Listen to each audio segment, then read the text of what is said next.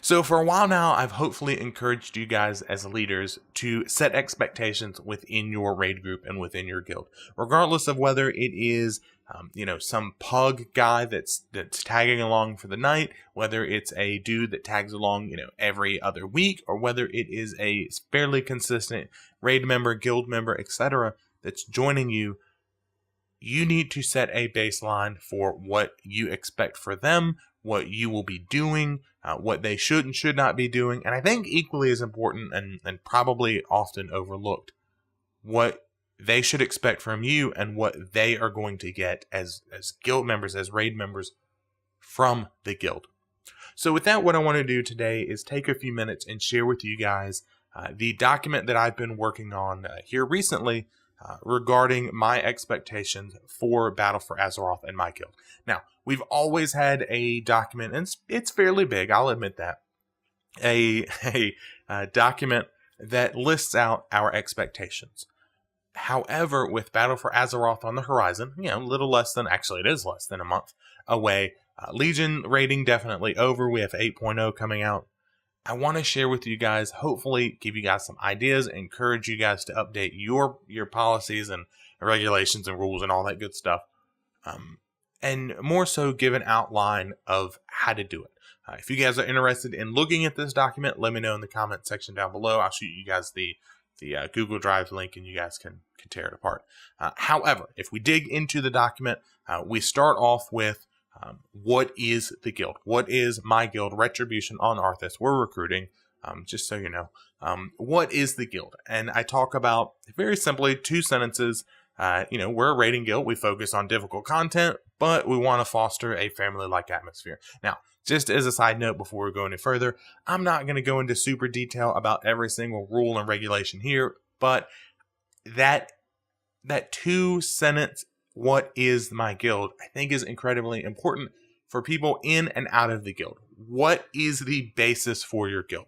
Then we move into probably a pretty important topic coming up. Goals for Battle for Azeroth. What difficulty we're going to be doing content on. Will we not pug people? If we can't do, in my case, mythic content, we will drop down to heroic for the night. But we're going to pug, all that good stuff. What are our goals for BFA? Then I immediately followed up, and I've talked to you guys about this, with our ethos. What is the heart of the guild? How are we going to handle situations? Am I going to, as a raid leader, as a guild leader, and what do I expect my officers to do in a situation? Do I expect them to be, merciless and ruthless? And, if you screw up one time, we're cutting you from the guild. Or you have 50 attempts to do it before I'll say anything. How do we handle this? I think these 3 starting pieces right here are incredibly important. They tell the heart and soul of your guild and your expectations moving forward. Then we move into the structure of my guild. This, I think, is good because, again, it sets expectations for what you have available to you as a raider, as a new guy, as a non-raider. What do you have available? So we talk about things like members, how they have a say in guild issues and, in guild policy that doesn't have to do with raiding. If you're not raiding, I don't care about what you have to say about raiding, right? Can you invite people? Can you not invite people? What do the new people, what are their expectations? What are the people that are considered in my guild raid members? Those that have a permanent spot on the team. What do we expect from you? Things like attendance, things like, how competent you have to be. Things like, how often we expect you to make raids, things like that. Expectations of what I want you to do within the raid group. And I also talk about not being in general a dick, right? As a member, I don't care if you are not raiding, if you are an officer, if you are the newest guy, or you're the guy that's been in there like me for, 11 years now. Don't be a dick. That is a very simple rule within my guild. And then I talk about, of course, what I expect of my officers in general. These are very broad terms. I expect them to, assist members and do their best to, identify and address and rectify issues. That they will be assigned specific responsibilities. We talked about that. And I expect them to handle those responsibilities. And then I think, importantly enough, what to do if you are not meeting these expectations. If you're missing raids, you're going to be demoted. If you are a new guy and you decide that you're going to raid tonight with an old guild and tonight's the raid night, dude, we don't need you around. You clearly don't want to raid with us. If you're an officer and you're not doing your job, what am I going to do with you? Expectations of what you should be doing and what I will do if you do not meet those expectations. Then we drop down to the rating requirements. This is incredibly important and it needs to be kept up to date. I think if I'm looking here and I'm thinking through the rules and regulations in this document, probably the most important thing to keep up to date, rating requirements. Because you're going to have people that try to slip in. They go, hey, I've been playing my mage. He's item level 1,000, but I'm really not feeling it anymore. I want to bring in my warlock, and the rating requirement is that you have an item level of, 900. I don't know. I'm just making numbers up at this point. But my warlock's only, 700. Well, can I bring it in for farm content? You're going to have people that do that. It causes problems. It definitely did. Admittedly, I failed at this in Legion, where I definitely gave, and I've talked to you guys about this, a pass on some people saying, oh, well, the raid requirement is item level 930 for, Antorus, and your item level 900. It's okay. We'll bring you until we fail. And people got, rightfully so, I think, a little bit pissed off about this. So rating requirements list out things like item level, attendance, that if you have anything that they need on a character in order to raid, do it. We've talked about Mythic Pluses and how, my guild, and I've gotten a lot of flack from you guys about this. This was a guild decision. This was not a Chris decision. This was not a guild leadership decision. This was actually somebody that was not in a leadership position in the guild came up with this, and everybody liked it. A good majority liked it, I'll say. The requirement of a Mythic Plus for the week in order to get loot in Legion, or possibly join the raid in BFA. So we'll see about that. So rating requirements, incredibly important. We then want to talk about, friends and family. If you have a brother, sister, girlfriend, boyfriend, whatever, do I want them in the guild? Do I not want them in the guild? For us, sure, we do want you in the guild. However, if you are a new guy to the guild, if you fail your evaluation, if we say, look, mechanically speaking, you're not up to par, or you're just a dick and we don't like you, we may kick your boyfriend or girlfriend out of the guild with you. It's not that we're trying to be mean. It's not trying to be, jerks or anything, but why would we keep your girlfriend around and hang out with her when we didn't like you? You know what I mean? Then I move into my current officers by name, which includes myself, and the expectation I have for them.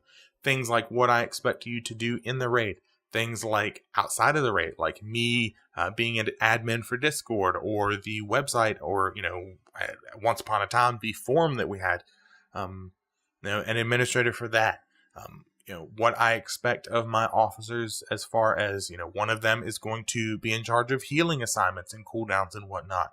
That one of them is going to be in charge of, looking at and researching strategies, because he is really good at explaining very quickly what's going on. It may surprise you guys, I'm a little long-winded when it comes to explaining strategies. And just who's going to be looking at tanks, who's going to be looking at melee DPS, who's going to be looking at healers, etc. The reason why I break it down like this, like I've said, I have myself and 2 officers to handle 20 people. So that's why we break it down, so that people always have something to do, so that there's not like, okay, I want one of my officers to make sure that all 20 people in the raid are performing perfectly fine. No. We'll break it down. We'll take it in chunks of 3, or thirds rather, and we'll knock it out, and we help each other. We then drop down to the guild policy on Discord. I'm cool with you guys giving out Discord information. It doesn't bother me one bit. However, when it's time to raid, anybody that's not in the raid group or in the guild will be moved away from the Discord, the main raid channel. I expect for people to be, respectful and polite, and not be, shouting things that are out there and crazy or playing music and just general obnoxious shit. We talk about the actual Discord information and the link for it, etc. We talk about loot distribution. At this time, we do know, contrary to I think a lot of people's, I don't know, people are frustrated about it. Contrary to people's, I guess, opinion regarding the issue, Battle for Azeroth, personal loot. Again, I've talked about it. I don't want to talk about it anymore because I think it's a shitty situation. It's a shitty decision. But in the event that bind on equip items are in the raid, what are we going to do with them? And this is a decision, again, that my guild, and some of you guys have fussed at me about this. Again, the BOE situation, and for those of you that don't know, if they drop within the raid, you trade them to me regardless of what they are. We throw them on the auction house, we sell them, we buy flasks and potions and whatnot. Some of you guys have said, hey, look, you could give it to somebody, it could be a huge upgrade. Yes, I understand that. I agree with you. It could be a huge upgrade. The fact is that the guild made this decision, not me. I stand by it because I think it's a good idea. And in the long run, I think that maybe providing, a bank full of flasks may be a little bit better than a slight upgrade every once in a while. We go into current raid schedule. What days do we raid? What time? Is it server time, East Coast, West Coast, etc.? It's server time for us, Eastern Standard Time. Then we go into forming the raid. When should you be online? 5 minutes before the raid starts, at least. Invites will be sent out. What happens if you miss an invite? What happens if we don't have enough people? What happens if I need to sit you? And this is an important one. What happens and why are there reasons why I would sit you? We give a handful of reasons here, low numbers, performance issues, computer problems, raid composition. Pretty standard, right? We talk about alternate raids, not necessarily alts in the raid, although we do get there. But, the idea of we're still progressing through content. Are we or are we not going to do an alt raid? People have asked this where they've gone, look, we've been banging our heads against the wall on this mythic boss for 3 or 4 nights now. Can we just do an alt raid? I'd really like to gear up my whatever. No. Sorry. We're a progression guild. Sorry, that's not the way it works. Talk about deaths in the raid that I expect for you to release and run back if there's trash. We talk about leaving the raid. What do you do if you need to leave the raid? What happens if you just drop out of the raid, without explaining anything? We talk about raid etiquette. Incredibly important. I don't want you to be a dick. I don't want you to be an asshole. It's not your job to argue with me during the encounter, or while I'm setting things up. The correct way to do a boss fight. I think my guild and, my officers and I have done a really good job of being very open and listening and taking suggestions. However, there's a right time and a right place. The best place to do it, preferably, would be the other 5 nights that we're not raiding, right? Where we have the raid discussion setting in Discord that is completely about, talking about raids and help and whatnot. We talk about what you want to do if you're going to go on vacation or if you want to take a break. I'm going to the beach or I'm tired of raiding. I'll come back the next raid tier. What are the expectations? We talk about the guild bank policy, how we're going to handle things. What if you need, food and flasks and potions and enchantments? We also talk about when you should expect to get those enchantments and flasks and potions and whatnot. That you shouldn't be expecting to get them in the middle of the raid, that you should have already got them, that asking for an enchant 3 minutes before, we're going to pull a boss is not the correct time to do it. You should have done that the other 5 nights that we don't raid. We talk about guild etiquette in general. Don't be a dick to people. I don't care if you are one of my officers or you're my newest member. I expect for you to be respectful towards everybody. Again, this friend and family ethos, right? That I don't want people to be dicks. I want to have a good time. It's a video game. We talk about rating on alternate characters. If you tell me, hey, I'm out for the night, I'm going out with a girlfriend on a date, and I see you rating on your alternate character with another group, what am I going to do? We talk about changing roles. What am I going to do if you say, hey, I've been tanking for this whole expansion, and I'm tired of it. I don't want to tank. I want to play whatever. How do we handle that? We talk about add-ons for rating. Right now, I don't expect with RC Loot Council because of personal loot. I don't have any expectations for add-ons that people need. Hopefully, people are using bigwigs or DBM, but that's up to each individual person. We talk about feedback and criticism that I may pull you aside and go, hey man, I need you to do better on this mechanic. Your DPS is low. I may even pull you aside and go, you know what? That was really good tonight. And we've done that before. We've made a point, my officers and I, where we will randomly select 2 people. We've done this, and maybe this is an idea for another video. Maybe not. But we've pulled people aside and we've gone, look, I want to talk to you for a few minutes. And of course, they freak out a little bit. And then we tell them, hey, I was going through your logs. I was going through, your mechanics for the fight. You did a good job. And yes, sometimes we do go, hey, you got to pick it up, low performance issues, etc. But I can tell you, when people join the officer channel and we go, hey, we need to talk to you, of course they're going to freak out. But once you tell them, look, you've done a great job. I really appreciate it. It was amazing. I saw some of the things you did. I've looked at logs, all that good stuff. It's really cool. It's a boost to morale. They really appreciate it. And they know that you're watching.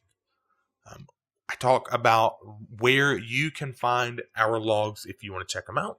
I talk about, which this hasn't been active for all of Legion, but I do talk about the second to last thing in here is our YouTube channel. My guild had, for Warlords of Draenor, a YouTube channel where we posted videos. I really would like to get back into it. And then the last thing is talking in officer chat.